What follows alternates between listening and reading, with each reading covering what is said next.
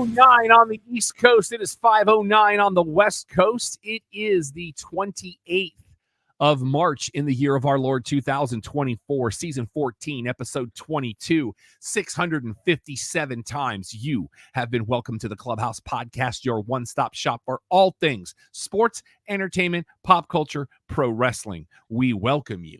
My name is Rob. I am the executive producer of the Clubhouse Podcast, and holy crap, it's almost April. That way for me is my co-host and a man who's just a man doing man things. He is Alex. Well, are we going to have to do the shirt check for the day as well? Because go for it. I just spent over 2 hours. Hold on, I'm loving this one though. Old school Jimmy Buffett. Okay. Watching the sun bake. The man sitting at the bottom of your screen is the official fact checker of Sooner Gator Promotions, and a man who's wearing the wrong shirt because right now the Pittsburgh Pirates have the ability to go 162-0. You may know him as Don Ford, but his mama name, or you may know him as Igbuna, but his mama named him Don Ford. I'm going to call him Don Ford. Hey, Don, they won in 12 innings today. They went extra innings.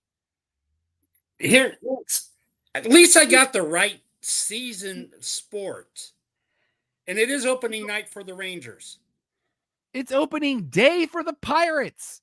I know, but I just thought it's right down the road. They're the champions. Let's give them a heads up. You know. I was very disappointed when I saw you on camera, and I was like, at least I'm not wearing football jersey. Nobody said you were. I'm trying. It's steps. That's what they keep telling me. I would like to interject on Don's behalf for a second and say it is not the wrong shirt.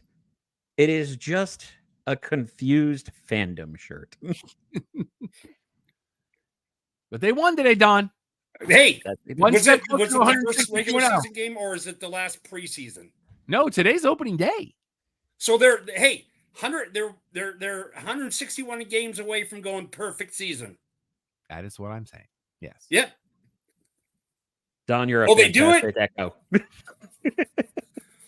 Probably. I feel like this is starting well.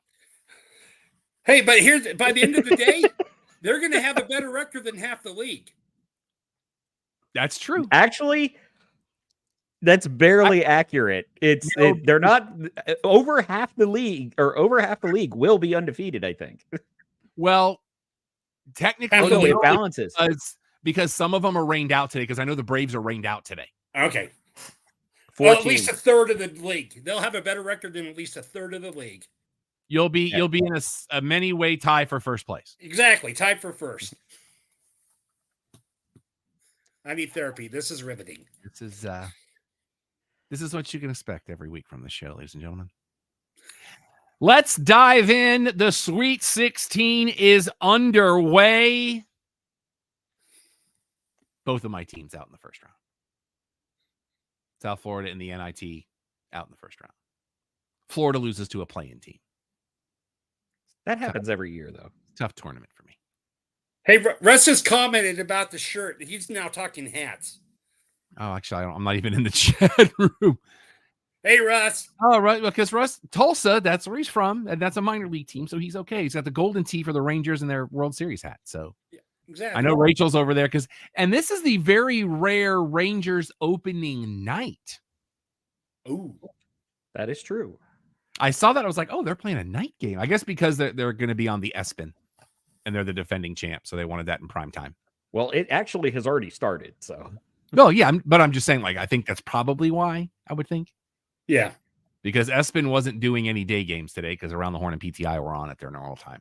Just like in the NFL, doesn't like the Super Bowl champion get like the first normally. I wish it was not every time, but almost every time. Yeah, okay.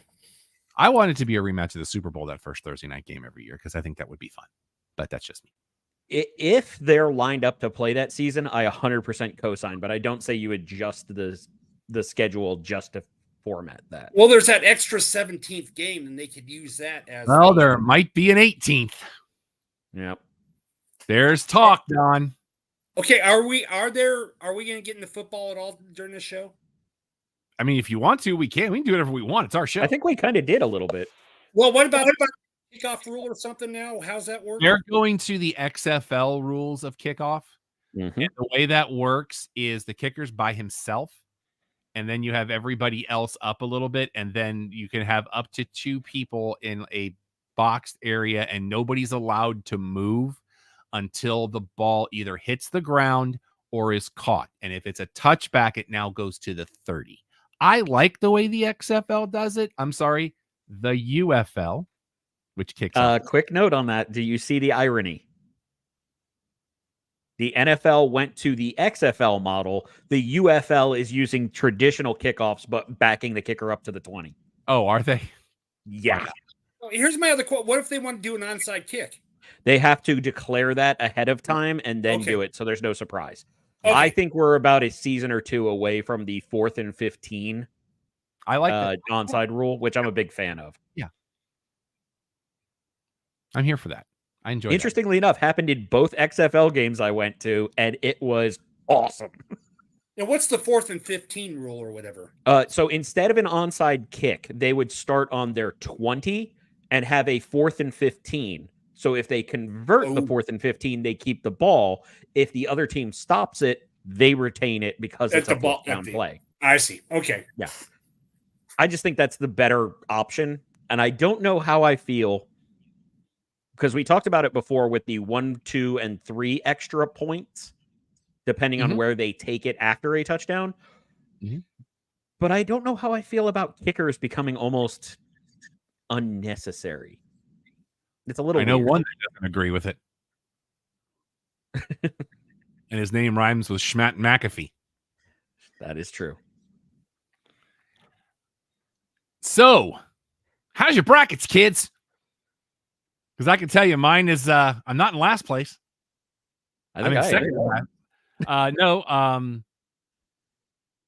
Of people that are active, because Sean is actually in last place, but she's got Baylor winning the whole thing, so she's already got the little red X next to her. Maintenance Guru Picks is behind me.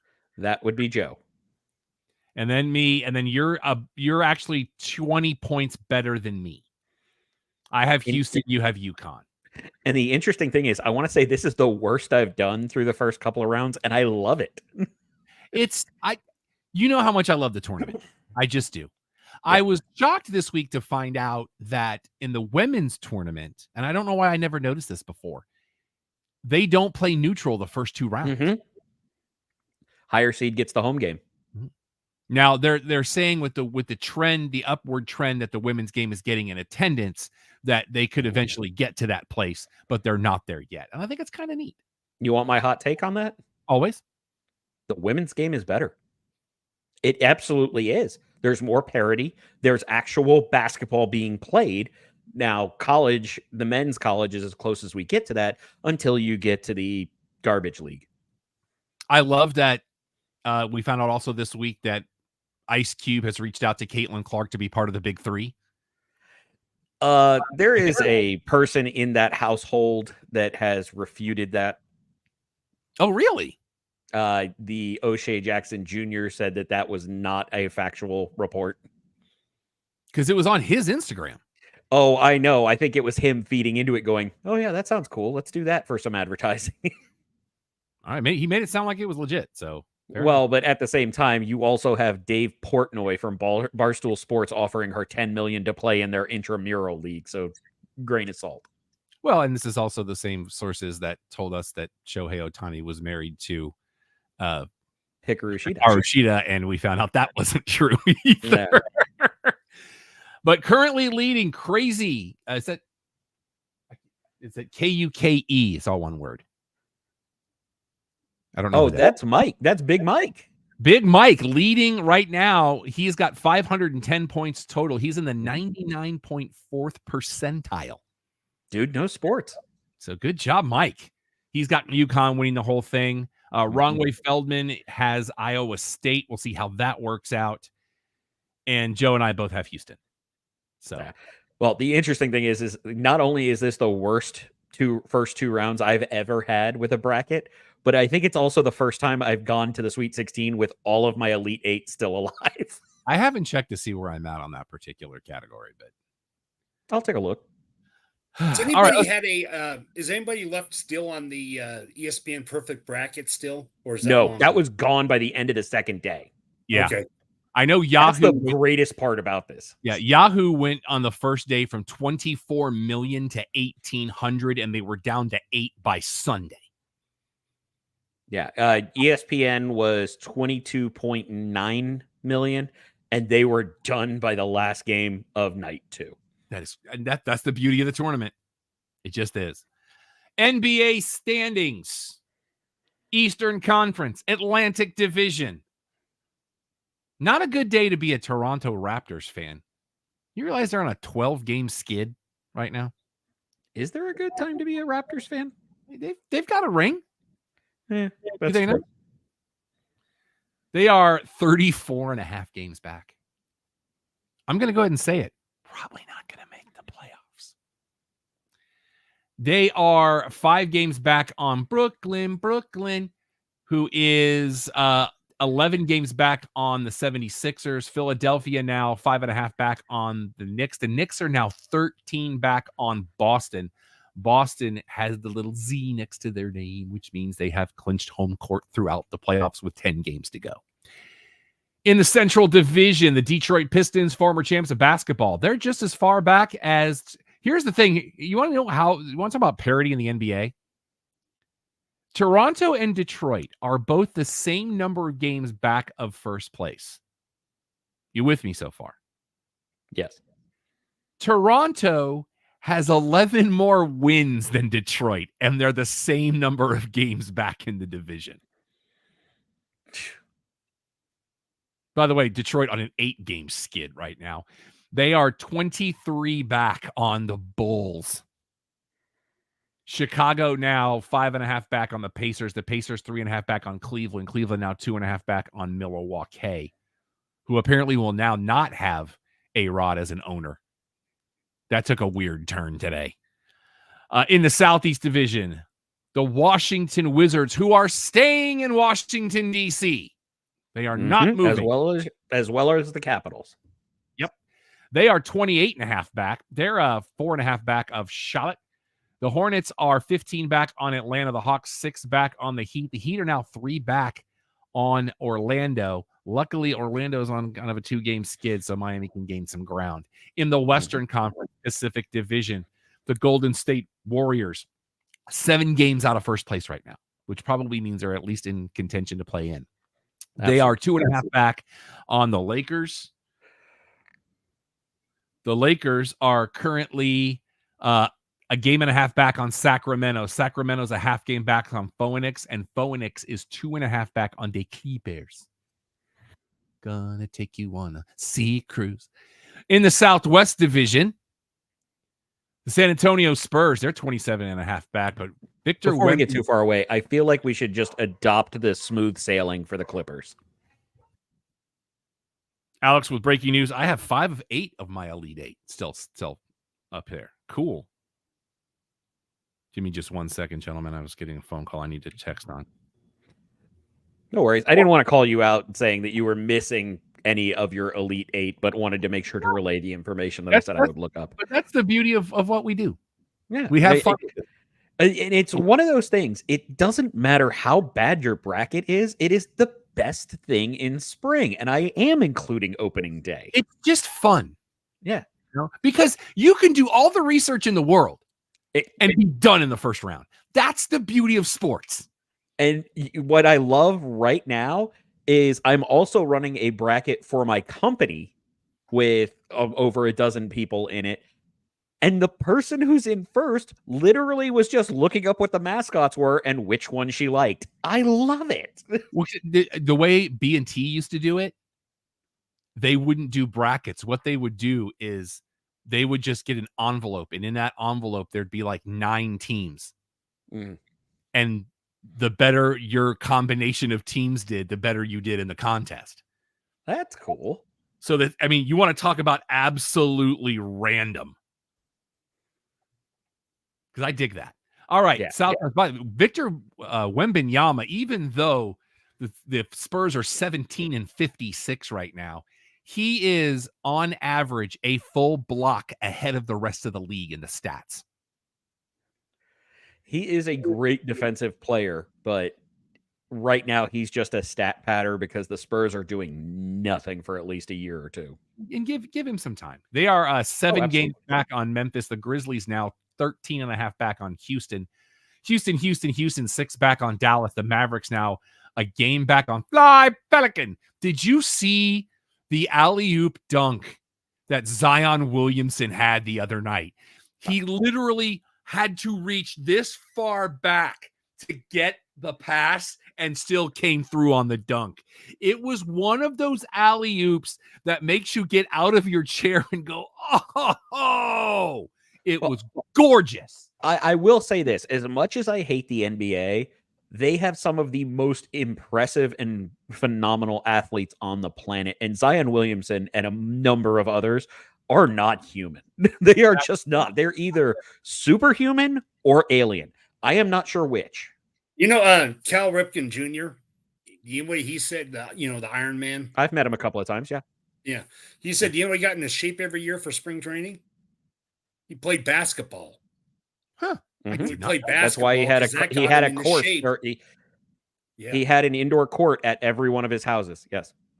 And I've said it 1,000 times. I'll say it 1,000 more. The alley-oop is the prettiest play in sports, period. When executed properly, it is my favorite play in sports. Have you seen the supercut of Jokic's assists on alley-oops? Because that is a... Sorry? But I will be looking for it. So, mini spoiler alert, or just to be informative, one of the reasons that Jokic succeeds so much as a big man is that he has fake shots that he works on with his teammates. So they look like shots, which means the defenders can't go up for them, but his teammates know that they are. So there's just a supercut of him like doing no-look sky hooks, so they look like shots, and him and his teammates just slamming them home. It's amazing. He is one of the most complete players I've seen in the NBA in years. I can't wait for him and Luka to be on one team. I just want that to happen because they are the perfect inside out, and that's why that country is one player away from domination in international. Is this the most in-depth NBA talk we've done in years? Yeah, I think it is. I really do think it is, because we haven't gotten any Jordan LeBron debates, because I don't think there is the debate with us. In the Northwest Division, the Portland Trailblazers, they're 32 games out. They're 10 back on Utah. Utah is 21 and a half back on Oklahoma City. Let me reiterate, Oklahoma City's in the middle of the pack.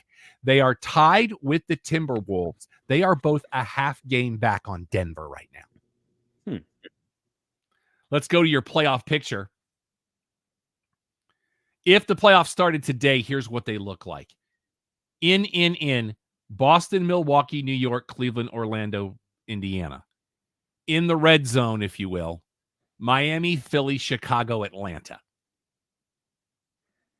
Brooklyn would come next, but they're 5.5 games back. I don't see anybody else getting into that bracket at this point. Okay. In the Western Conference, above the red line, Denver, Minnesota, OKC, the Clippers, Fly Pelican, and the Mavericks. In the red zone, Phoenix, Sacramento, the Lakers, and Golden State. Now, Houston is a game behind Golden State, but Utah's like 9 games back. So the only team that really has a shot to change things would be Houston. Okay. Let's get into the NHL, boys. All right. Nice.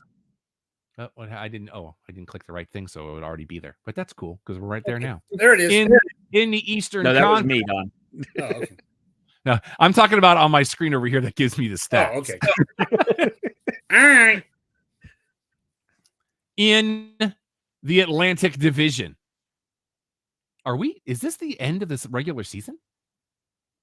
I think we're close. We were talking about being a couple weeks away weeks ago. 72. They play 82 just like the NBA, so we got 10 left. Oh, okay. Good. In the Atlantic Division, the Montreal Canadiens. So close. That was an interesting take. It was a toothless Quebecer. They are actually tied with Ottawa, but they are both 33 points out of first place.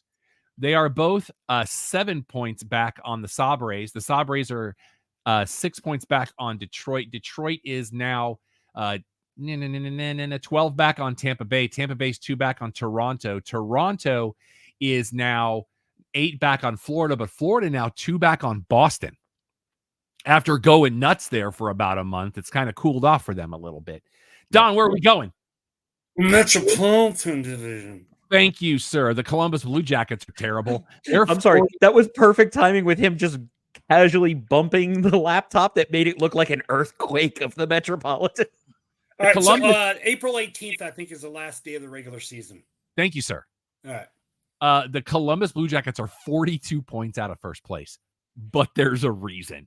They are 14 back on Don's beloved Penguins. The Pens are now 3 back on the Islanders. Islanders only a point back on New Jersey, who is 5 points back on Washington, who's staying in Washington. The Capitals are a point back on the Flyers. The Flyers now 5 back on, or 15 back on Carolina. Carolina's 3 back on the Rangers. The Rangers have hit the century mark, kids. And they have clinched a playoff spot. In the Western Conference Central Division, Chicago, the Blackhawks, they're only, 52 points out of first. They are 18 back on Arizona. Did you see the thing for the Coyotes game the other night? I thought you were going a different direction. I was going to say there were some special guests at the Blackhawks game the other day. Oh, no. So the Coyotes have a kid whose dad played for the Coyotes. Okay. His very first game, gets 2 goals. His dad gives him his first goal puck at the post-game presser, which is awesome. That's also, cool. Interesting trivia point. He is the first native Arizonan to play for the Coyotes. Oh, that's cool. Thought that was kind of neat, too. Yeah, not exactly a lot of ice in the desert. Oh, let's see. Arizona 12 back on the Wild. The Wild 3 back on St. Louis. St. Louis now 10 back on Nashville. Nashville 4th in the division, and they have 90 points, sir. Yeah. That's a tough division. They're 4 back on Winnipeg. The Jets are now 3 back on Colorado. By the way, did I mention the Dallas Stars are on a 5-game heater and are 1 point from the century mark? Nice.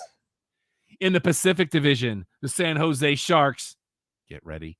They are 58 points out of first place. So what you're saying is a Shark Tank has a new meaning. Maybe. I'm just mad that we didn't think of that sooner. We'll compare and contrast here in a minute. They are 12 points back of Anaheim. The Ducks are 19 back on Seattle, who's tied with Calgary. They are both 15 points back on Vegas. Vegas in 4th at 86 points right now. They're a point back on the Kings. The Kings 3 back on Edmonton. Edmonton 8 back on Vancouver. Vancouver. I like that Vancouver's succeeding. They're 2 points from the century mark. That's one of those cities in the world I cannot wait to visit. Well, really, you could have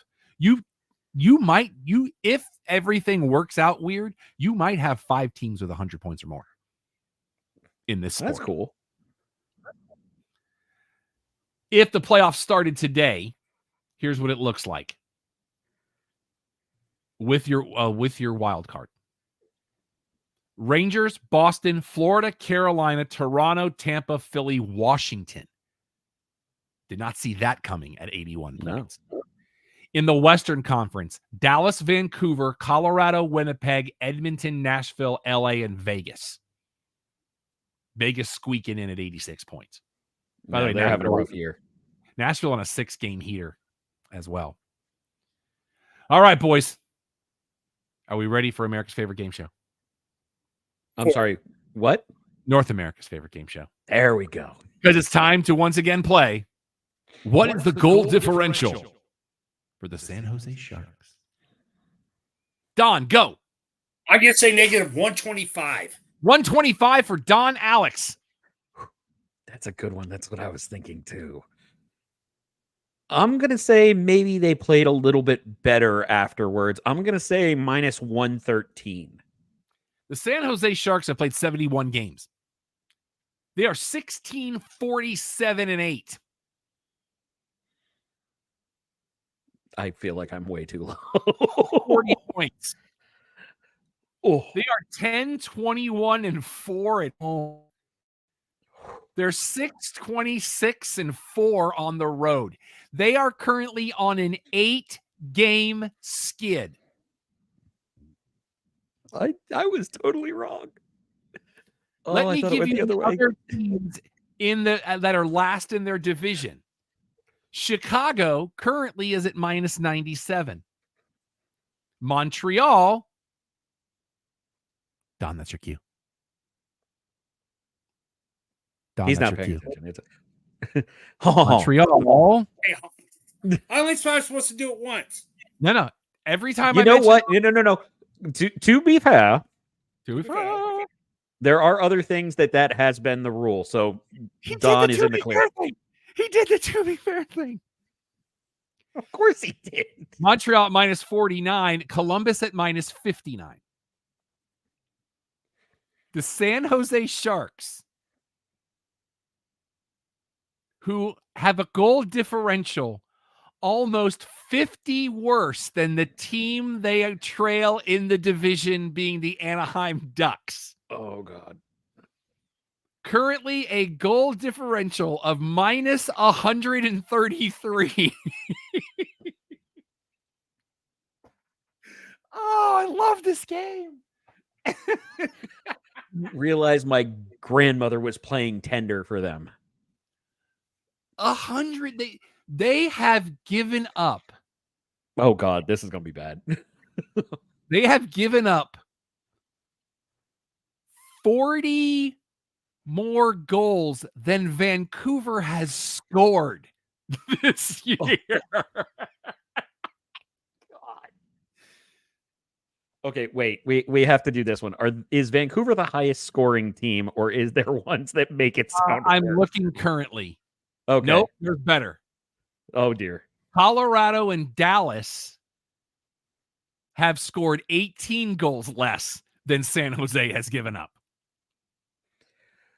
So what you're saying is, if there was a team in the NHL that was just versus San Jose, they would be the highest scoring team on the planet. Let me see. Who's the closest to them? The closest team with goals scored to them in the league right now, because they've scored 158 goals. Mm-hmm. Chicago's only ahead of them by 2. Yeah, but Chicago actually plays defense. Well, and their goal differential is 36 points better.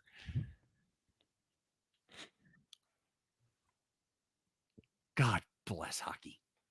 Oh, it's the greatest sport on earth.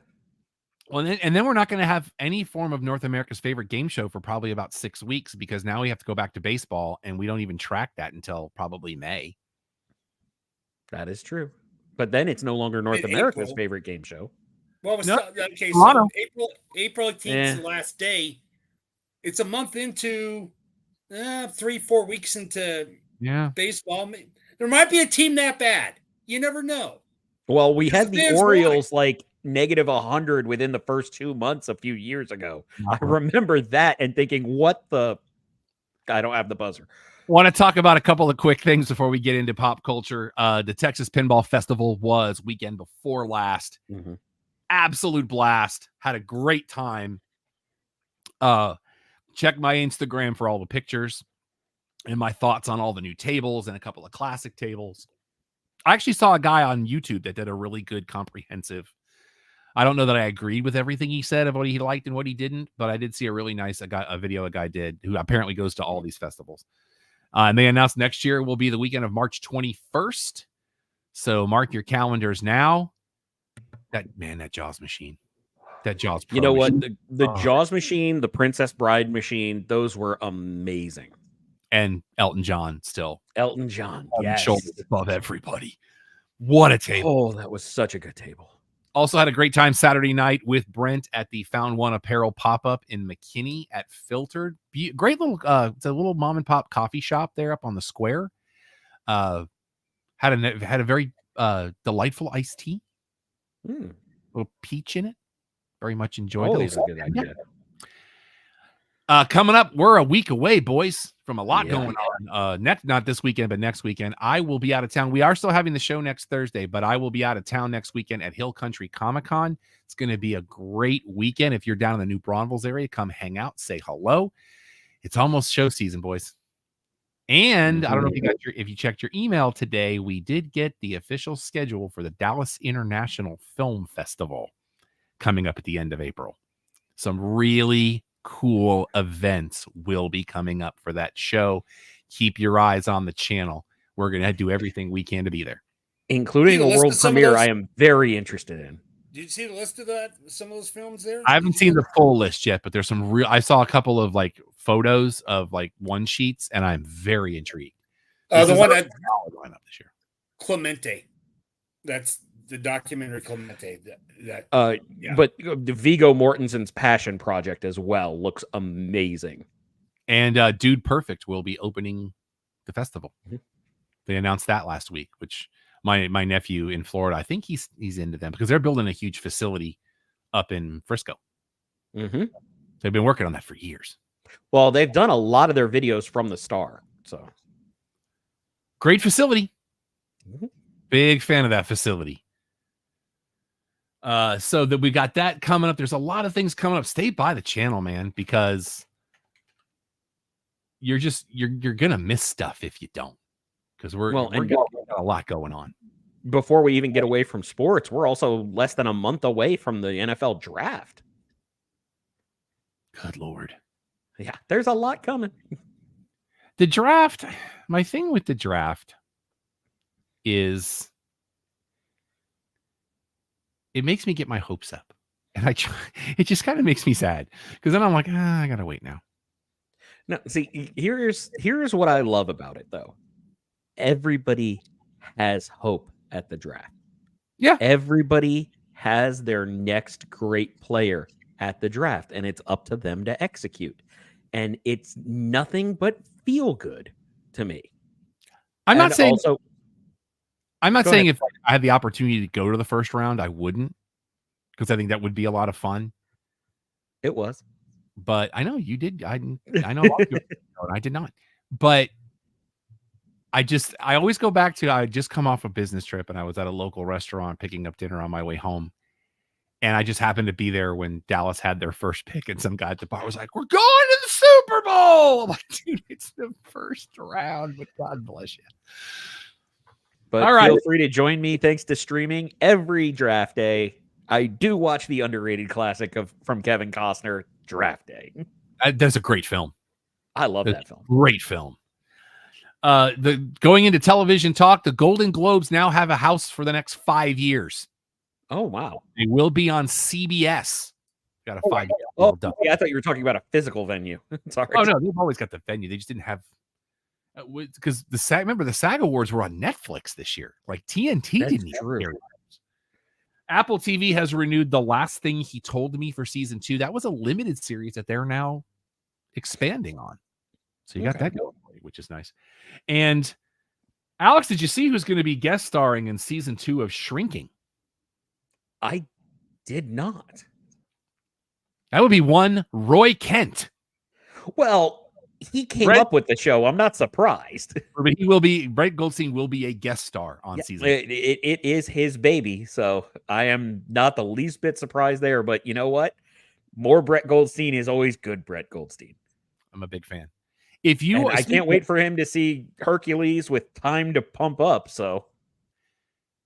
If you are a big fan of, speaking of fandom and things of that nature, the anime Macross, which has been around forever, it has a new home. Will be on the Disney Plus. Oh. All of it except 2 episodes, which will be Japan-only exclusives, which will be Super Dimension Fortress Macross, which I believe is the original, the first pilot, and the movie Macross Do You Remember Love? There's some issues, there's some rights issues with those 2, but if you live in Japan, you will be able to see those, but nowhere else. Speaking of Disney Plus, how do you feel seeing some of the things that's on there now? Like what? So there's a lot of FX properties, a lot of I'm trying to choose my words delicately. less family-friendly material than was previously on, thanks to the impending merger to one potential streaming service between Hulu and Disney Plus. I'm not shocked, but I watch what I watch. Well, I still gotta watch Shogun. I haven't watched Shogun yet. That's exactly where I was going. But Okay. That's the one that they've had front and center from the jump with that. And all I could think was, oh, Shogun, no commercials. Let's go. Well, other things on that same network. Hold on a second. Tom, what were you saying? Are they, because we have the yearly plan with Disney Plus. Mm-hmm. I still haven't seen where we could get a monthly thing of Hulu for like $9 a month. You know what I'm saying?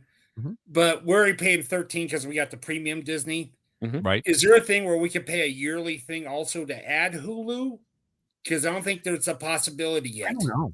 I think there was at one point, but I believe all of that has gone into a pause until they figure out exactly what that next iteration is going to look like with Hulu and Disney Plus being connected.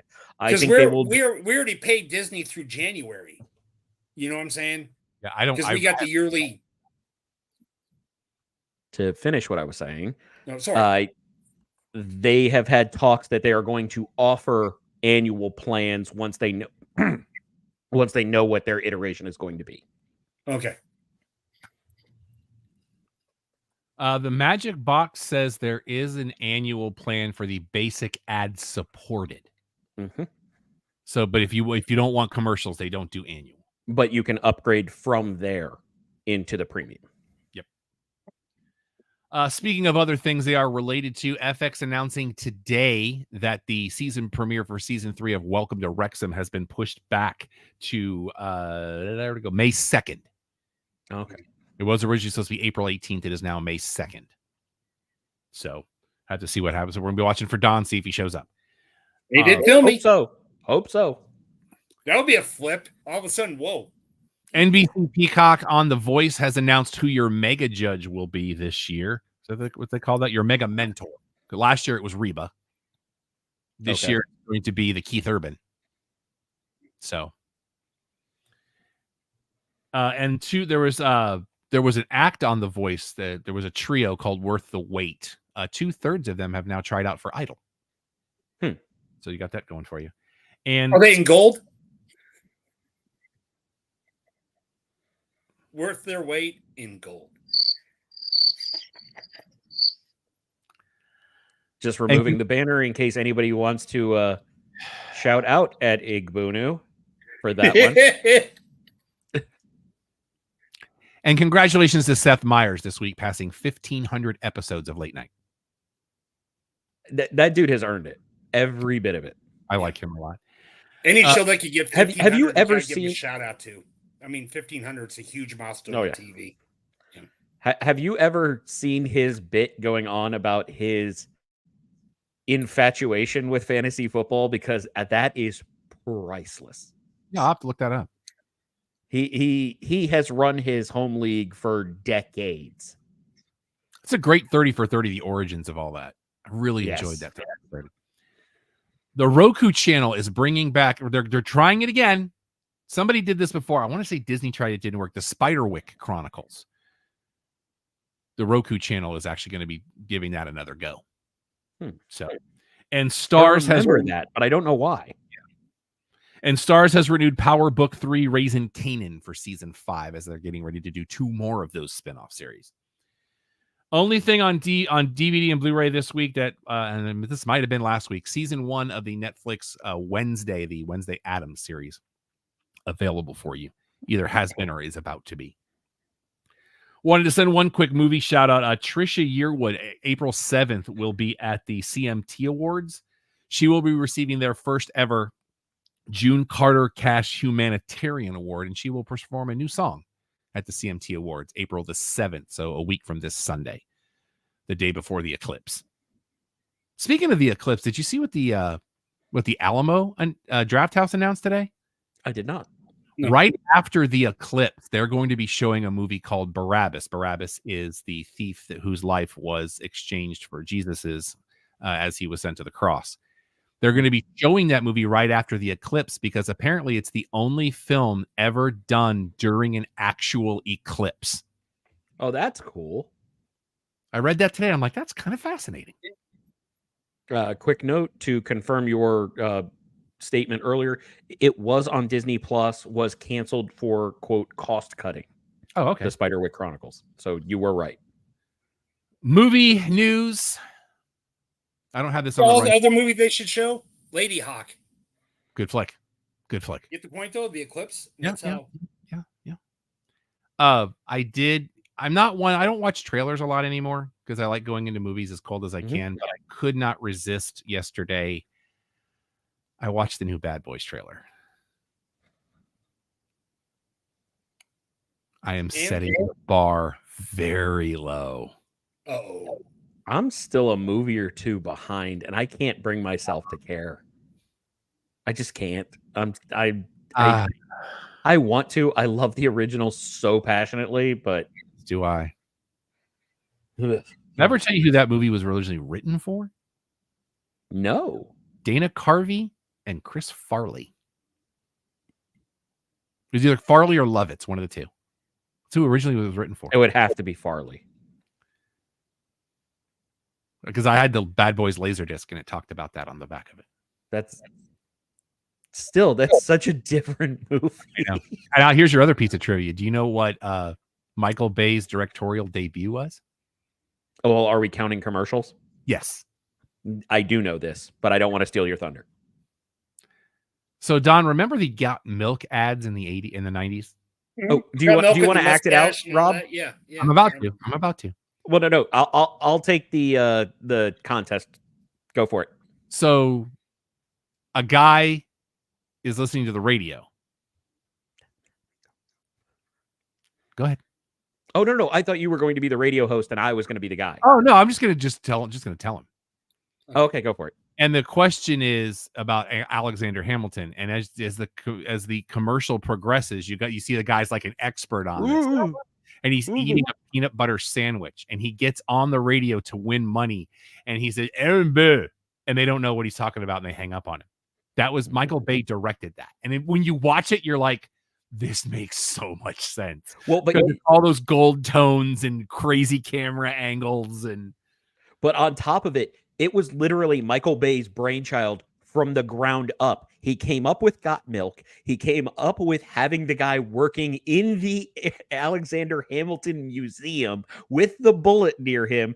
And it's very dark when you realize the material that's sitting around. Like, oh, wait, that was in somebody's body, but we're doing a milk commercial. Yep, Michael Bay. But speaking of sequels that I am looking forward to, coming in the summer of 2025, we are getting The Bad Guys 2. That was a wonderful movie. I don't know where we go from there, but I'm here for it. Don, this was the animated feature that came out about the animals that were bad and they had to be good. I believe we got a very nice letter from the director. We did. From Universal sent us the Blu-ray for that. Yeah. You should have it, Don.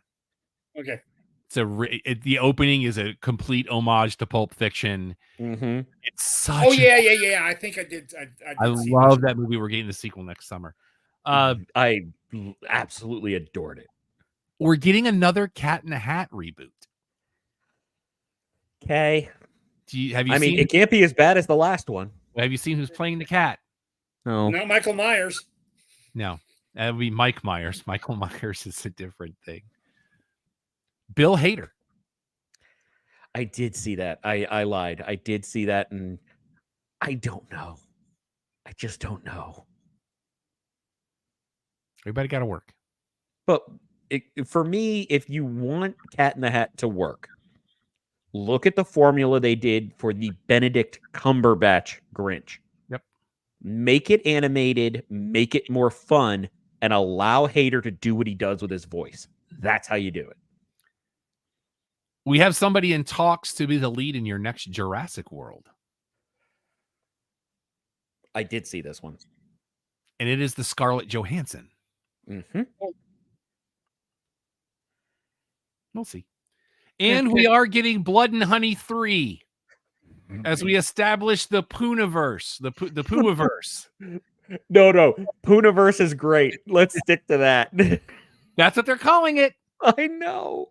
But the craziest part is the first one is so terribly reviewed, and the second one, for God knows why, is just lighting the world on fire right now. Movie new releases and places you get movie new releases tomorrow. Before we get off of news, do you have a James Bond note?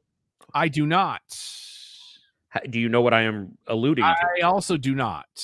Okay, you're alleged in discussions to be your next Bond? I think I have a cutout or a delay because that was awkwardly quiet. I'm waiting on the answer. Oh, okay. So everything froze for me. Oh, okay. Aaron Taylor Johnson. I heard something about that, but I didn't really look into it. So I did look into it. There was an early report, because people want to be first. They don't care about being accurate, that he was already offered the role. That was refuted, but they did confirm discussions. So, and you know what? After seeing him in Bullet Train and what's going to happen with Craven, I trust him. Let's have a kick-ass Bond. And I mean that in two ways. I love Bullet Train. So do I. I love that so much. And apparently, from what I'm seeing, Entertainment Weekly headline, Pierce Brosnan does endorse it. Mm-hmm. So there's that. Well, I was also leaving that as the lead-in for the movie new releases. Okay. That's why I went to Bullet Train. Coming out tomorrow, and you can hear what all three of us think because we were all there. Godzilla blank, because apparently the X is silent. Okay. That's what I read today. Godzilla Kong, okay. The New Empire. I will say this. We all had very different takes on that film. Okay. Give us the spectrum without too much detail, because then they're going to have to go look and see why. I will say that there is one piece that I didn't talk about, realizing it after I'd published the review, that Don and I are diametrically opposed on. Oh, I want to hear about this, but we're going to do it off air, because I'll have to go click and read the reviews. But you won't see it in mine, is the thing. Site, which is? That's not my job. That's your job. Oh, www.theclubhousepodcast.com. That's our website. There we go, man. Yeah. There's something in his review that I was diametrically on the other end of. And we actually talked about it in the theater. Oh, okay. I think I know what it is then. We'll talk off air. Yes. Okay.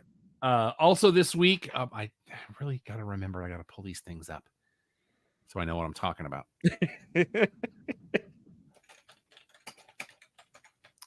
In the Land of Saints and Sinners, Kerry Condon is in this, as is Desmond Eastwood,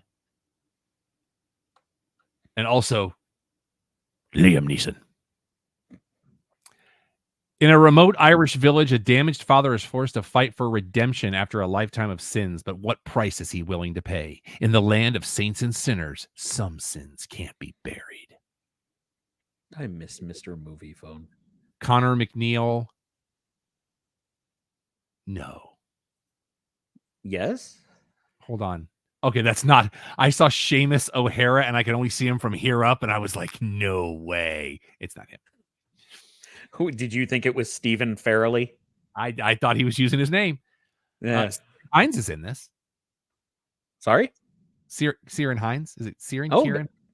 No, it's I believe it's Sheeran. Okay. But I thought he passed. Maybe it was one of his last projects, maybe. Maybe. And Asphalt City with oh, that's not the cast I'm looking for. It's Sean Penn and Ty Sheridan. Interesting. Ollie Cross is a young paramedic assigned to the New York City night shift with an uncompromising and seasoned partner in Gene Rutovsky. Each 911 call is often dangerous and uncertain, putting their lives on the line every day to help others. Oh, there's a I'm gonna screw this up. I'm gonna apologize ahead of time, but I'm gonna say it nice and slow.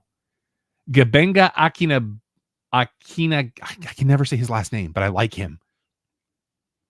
Akina Gibe. Am I close on that? Anyone Bueller? Are you talking about Akabene? Yes. He's in this. Yes.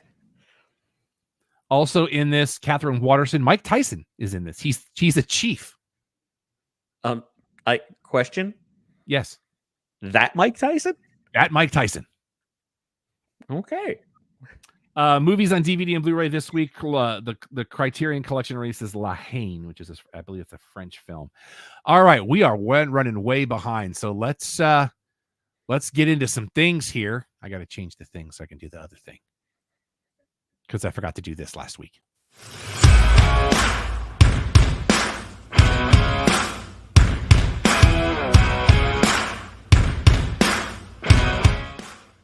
It's time for the Cheat Podcast segment of this show, where we talk about the week that was and a little bit more because we missed last week in the sport of professional wrestling. A couple of things you might need to know about TNA. Rich Swann's turned heel, and he's joined AJ Francis. He is now called Rich Homie Swann. Adjust your roster accordingly. And the Motor City Machine Guns apparently now free agents. You know what? I know where I want them to show up, but it's too small a pond for them. So we'll see. From what I'm reading, some places want them both. Some places want one. Some places want the other. So we're going to see how this works out. If I had to guess, I would think that they wind up in AEW. But I want them to have a swim through NWA so they could be part of the Crockett Cup. Speaking of which, it will be in our fair burg. Don, did you see that? What's that? The Crockett Cup's going to be in Terrell.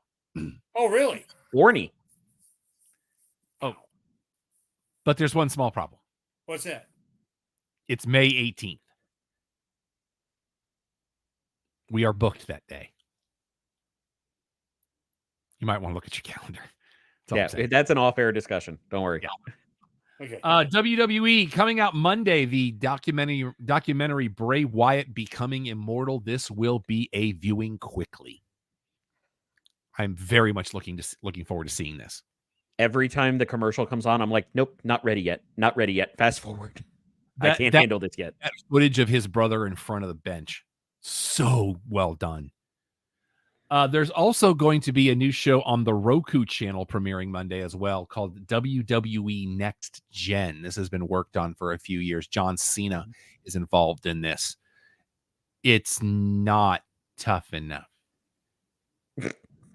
It's like a year in the life of people that come through the PC. Yeah. Shayna I Baszler. remember what you're talking. By the way, May 18th. Now I remember. Yeah. Okay.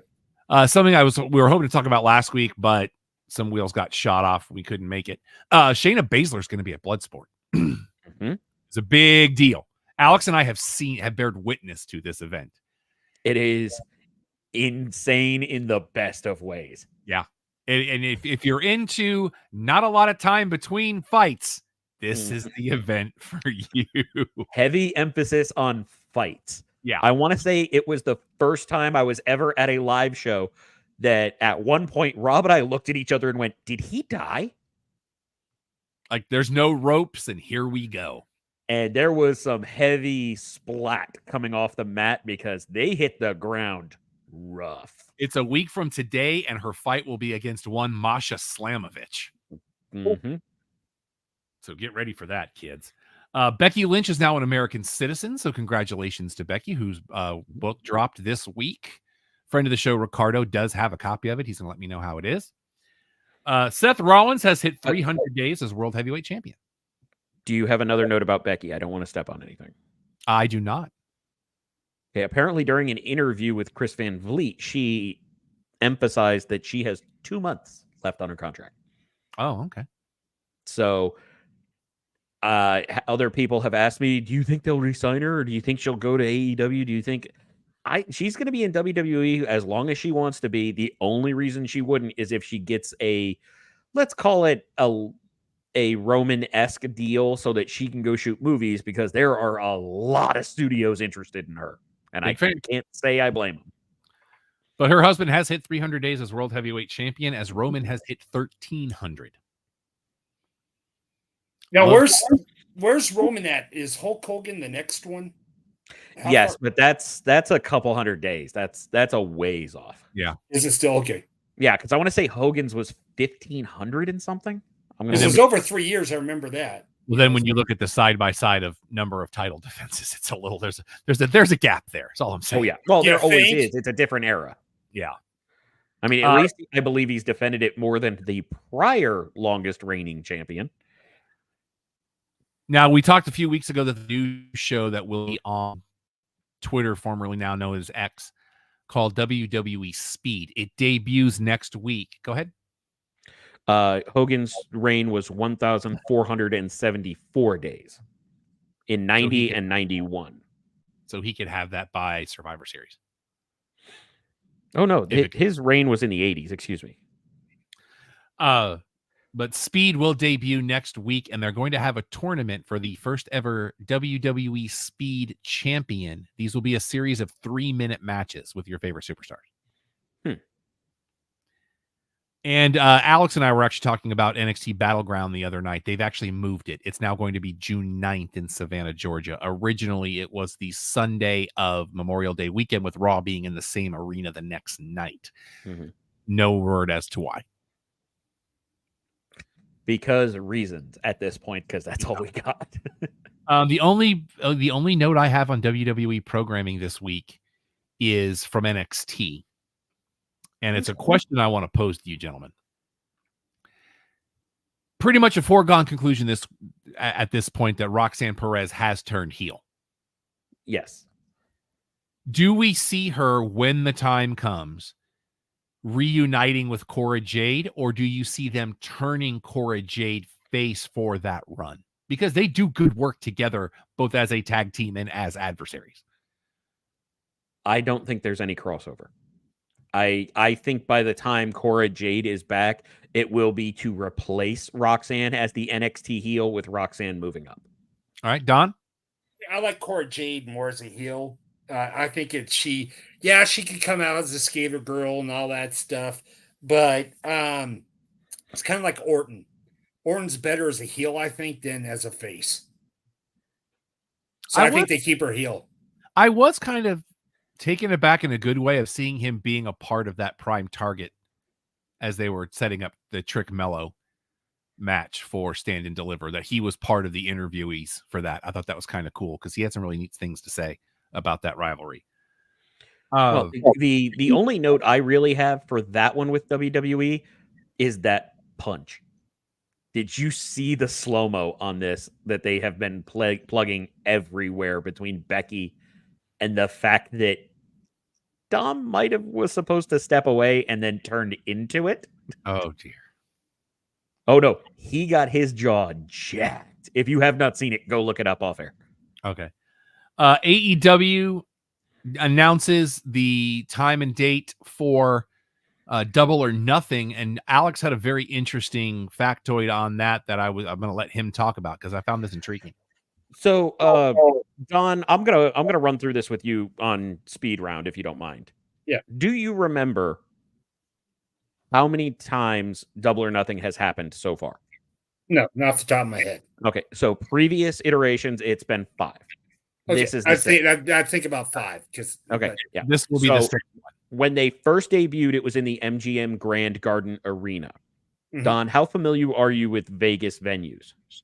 I've been in the MGM before and stuff like that. So you know it's tucked in the back by the monorail. It's a good arena, but it's not massive. It's not the T-Mobile Center. So the first couple iterations, 2 to 3, were in the MGM Grand. Then during COVID, it was at Daly's Place because that's where they had to run everything. Yeah. And then they were in the T-Mobile Arena, which is the big arena in Vegas, right? Where the Knights play. Okay. They're back in the MGM Grand Garden Arena. What does that say to you? Maybe they didn't sell out too well on the T-Mobile, or maybe T-Mobile wants too much to have it. Same company. So to me, the reason I was looking at this, they sold out T-Mobile. Okay. They sold out T-Mobile. I think because they are hurting so badly with ticket sales, and by extension, ratings. Take that for what you will. I don't think it's the end all be all that some people on the internet think. Yeah. But I think they're more concerned with the fact that they're not going to have a full house and they want to get as many people close and filled as possible, because I want to say MGM Grand is about half the size, if not less, than T-Mobile.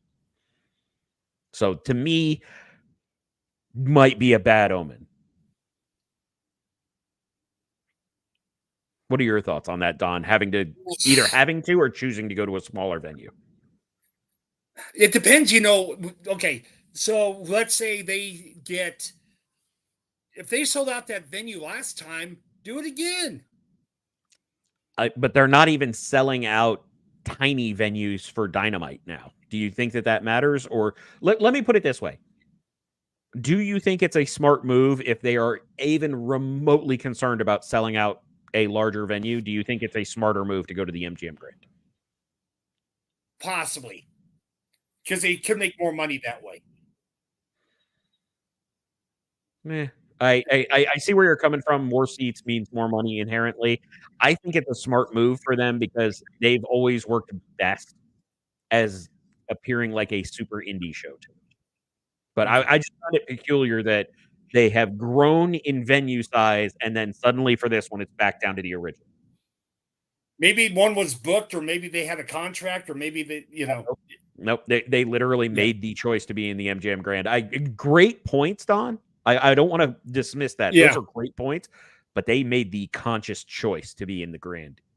And maybe it could be like, for instance, WrestleMania 20. It was in Safeco. It was in the Astrodome.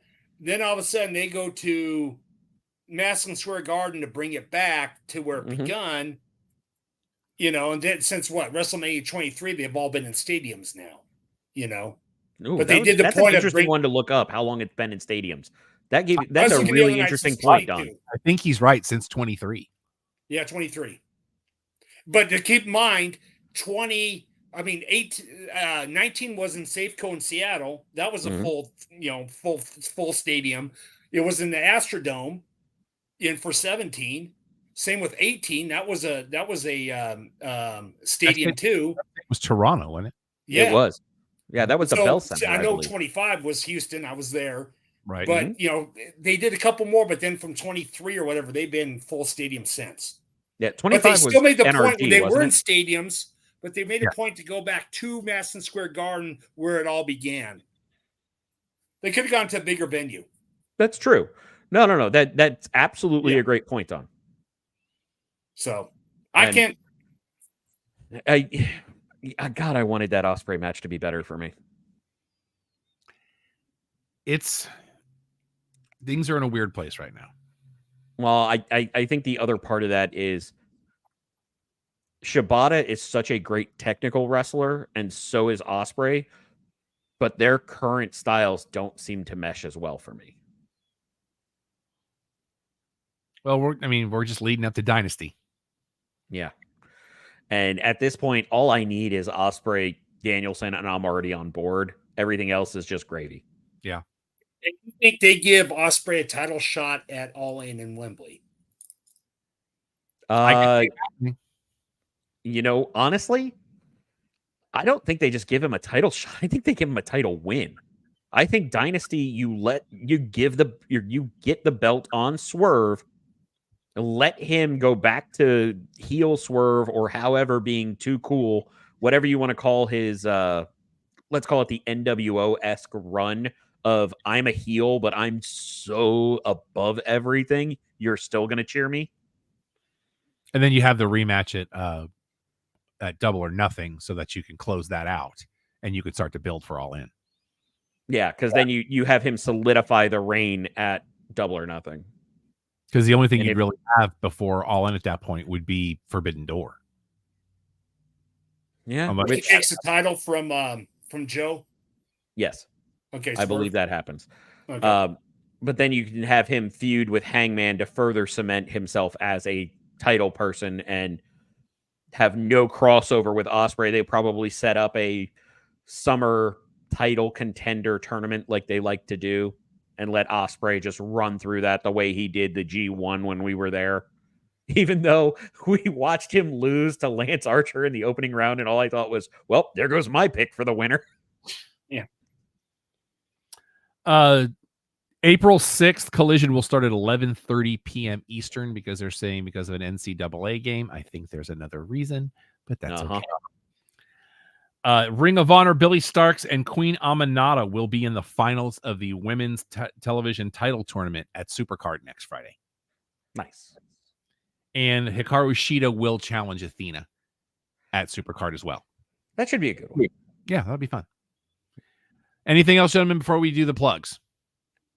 You know, it's been a while since we've been on air, so it feels like there's a lot. I want to let everybody know, yes, we heard the word that Dwayne said at the end of Raw. It's not worth discussing other than just, and I don't know if I said it on air when we were talking about it, but being at SmackDown and just watching everybody in production cringe anytime he came close to saying something that was less than PG-13 or more than PG-13. And I'll say it again, like I can watch a movie and go, okay, this person's playing a role. I can buy in. Mm-hmm. I can't, this heel run, it's not clicking with me. It's just not. And he's still acting. That's the thing. He can do it in the film. He could be a villain in the film, not a problem. But him being a villain in WWE is too hard since he's been so popular and he's always been The Rock for the last 15 years. He's always been a good dude. Now, but the other part about it is, I feel like there is more credence to your point on this one, Rob, because I don't know if you saw this report from Becky about Rue, her daughter, being like, oh, he's being mean and things like that. And to assuage that, she got to meet Maui and he even sang "You're Welcome" to her. Yeah. It's like, how do you be that much of a villain and balance that? We get it. We're aware that it's all an act, but still, it still has to sell me. And to borrow a phrase that I have used in prior times, I don't agree with Jim Cornette on a number of things that he says, but he's not wrong all the time. He's right. And what's he saying on this one? Oh, no. I'm just referring to him talking about protecting the business, even if somebody knows what the business is. Yeah. And it's you can't do both and expect to be believable or solidified or anything. And I will say his entrance alone worked a lot better on the smaller scale set. It actually did. But I wonder if that was more the timing of it, because they had the lightning hit, the fog, and him entering as kind of the villain appearance. But I also noticed they asked him to walk faster than he normally did because of timing. Let me kind of say, if I can, thing on Dwayne, if that's all right. So he came in as the Rocky, tried to be a baby face. It didn't work. He came in, then they made him a heel. That got him going. No, I don't think anybody will dispute that. No. Okay. But when he was a heel then, he was a kind of cocky heel. It's like, I'm later the nation. He gives everybody Rolexes, but then gives, the one guy a poster of him. You know what I'm saying? He gave Farouk a poster of a painting of himself. Yeah. But didn't know Dwayne Johnson. And that's the difference. We know Dwayne Johnson now, and it doesn't, when he's doing heel things, it doesn't come off to me as effective because we know Dwayne Johnson. Back in those days, because and I've always said he and Randy had the exact same trajectory. Third generation superstar. Comes in kind of a baby face, doesn't really work, goes away, comes back with a faction, turns heel, and now we're off to the moon. But we didn't really know who Rocky was back then. It shouldn't make a difference to me. But this version of this character is not resonating with me. And I also need the people that are to be like, oh no, it's just the next step of Hollywood Rock. And it's like, if I'm being totally honest, Hollywood Rock didn't feel like a villain to me. Sure, he was the outsider on some level, but he was still The Rock. This is trying to be a full-blown villain. And when you're that much of a real-life face... Well, and then you add add to that the Rock concert. He Mm, was full-blown face for 2/3 of that promo. yeah. And I understand, like, Memphis is where you started, and I get that. Do that off air. Mm-hmm. Because that's not helping sell you as a heel. You did 5 minutes at the end of heel stuff, and you were still already too over. It wasn't going to matter, in my opinion. It could have gone into Memphis and say, "Hey, I started here, blah blah blah, but man, I'm glad I got out of this place." Exactly. You're Could have 100% done. right, Don. And my thing is, okay, so he's trying to be an evil villain. He was just an egotistical heel when he started turning heel. Like I'm saying, with the poster, give me the Rolex. And But he he did knew, some he mean knew how to stuff. run down a town, too. He did all the right things as a heel because, again, we Mhm. didn't know him. But and here's the problem is that Orton has gone face heel, but when he becomes a face, he doesn't become such a lovable face who could get anybody to laugh, and he could jab at anybody and insult them, and everybody will love it. It's The Rock being, he's a great guy. We love him, blah, blah, blah. But, so Orton could go back and forth. He could be a great guy, get a little thing, but it's just that kind of, you always know he has that streak. With The Rock versus Orton, everybody knows he really doesn't have that streak. You know what I'm saying? And so True. him trying to be a villain doesn't work. But can I tell you, to me, what the difference is there? How many press interviews or videos of things do you see Orton in? How many times have you seen Dwayne Johnson give a guy his truck at a movie premiere, or he bought his mom a house, or he bought Tamina a house? To me, that's the difference. Like, when Randy's interviewed, you get Randy Orton, but it's not Randall Keith Orton, the guy, the everyday guy. He knows how to keep it between the lines. Dwayne, to where he is in his career, he doesn't have that option. He is out there promoting things to get people to go to, and it shouldn't matter to me. I should be able to watch professional wrestling and go, I can buy into this, and I can't. And I can't tell you why. Yeah. We have breaking news live to Rockwall, Texas. Down goes Arizona to Clemson. There will be no home team in the Final Four. Chick McGee did call that this morning. Clemson shoots lights out and winds up winning by 5. All right. Let me say this kind of one thing, though. Now that we really got to know The Undertaker, okay? Now You mean that we've gotten to know Mark Calloway? Yes. Calloway. Mhm. You can't make him if he was able to wrestle again, which we know basically it's done, you can't make him that evil heel because everybody knows. Same thing with Dwayne. But here's the thing: Dwayne does a lot of promotion, and he's really out of the business. Versus Randy's just doing wrestling. Dwayne will do a movie, Good Morning America, stuff like that, because he's doing Hollywood and stuff like that too. Well, and I think after that Hall of Fame speech with Mark Calloway, Yeah. I'll have Mark Calloway for the rest of time, and I'm okay with it because I like him. Oh yeah, but it'll be hard to make him the evil Undertaker. You're absolutely right. You're absolutely right on that. Yeah. All right, anything else, gentlemen? No. I find it interesting that we're trying to lead from the final boss into just basically replacing the Mr. McMahon character with this. That's literally what we're trying to do, and we know that. All right, make sure you visit. Thought of it like that. Make sure you visit our website, the aforementioned www.theclubhousepodcast.com. Everything else, just hit that QR code over there. It's going to show you everything you need because that's how we roll. You can follow me on all your social medias if you'd like. Everything is that Rob Irvin. That is spelled ERVIN. I'm Vexploit on social media. Again, hit the QR code right at the bottom. The little flashing one you'll have is also our store. We got a lot of different options, a lot of different color schemes. If you happen to be an artist and want to see yours on ProWrestlingTees.com within the Cheap Popcast store, you can reach out to me at theclubhousepodcast.com. And you know who else I believe has a Pro Wrestling Tees store now? Go on. Friend of the show, Sean Stasiak. Nice. At the store now. So Nice. go check it out. And you can see him at Dallas Comic Show next month. I'm going to get to see him again. Very much enjoyed my time with him. And you're able to get those awesome shirts that even make me look good. and it means that you're always wearing the right shirt at the right time, unlike this one. Go to ProWrestlingTees.com / the cheap podcast. And at Twitter, I'm at Igbono, IGBN, and if you want this match to your place, email me, Don, at theclubhousepodcast.com. Email Don for anything you want us to come do. We love hanging out with the Empire. You can email me. Questions, comments, concerns, tell me to go pound sand. I am Rob at theclubhousepodcast.com. Charlotte Marshall is on Pinterest because we are morally obligated to say that. Alex.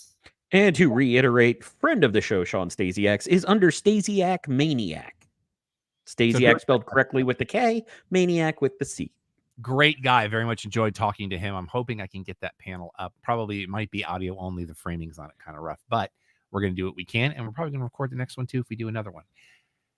Our normal show, Thursday nights, 8 p.m. Eastern, 5 p.m. Pacific, your one-stop shop for all things sports, entertainment, pop culture, and professional wrestling. So until next time, for Alex, for Don, for the Empire, I'm Rob. Clubhouse is closed. Brittany Palmer's really doing a lot of cool stuff out there, so you should be following her.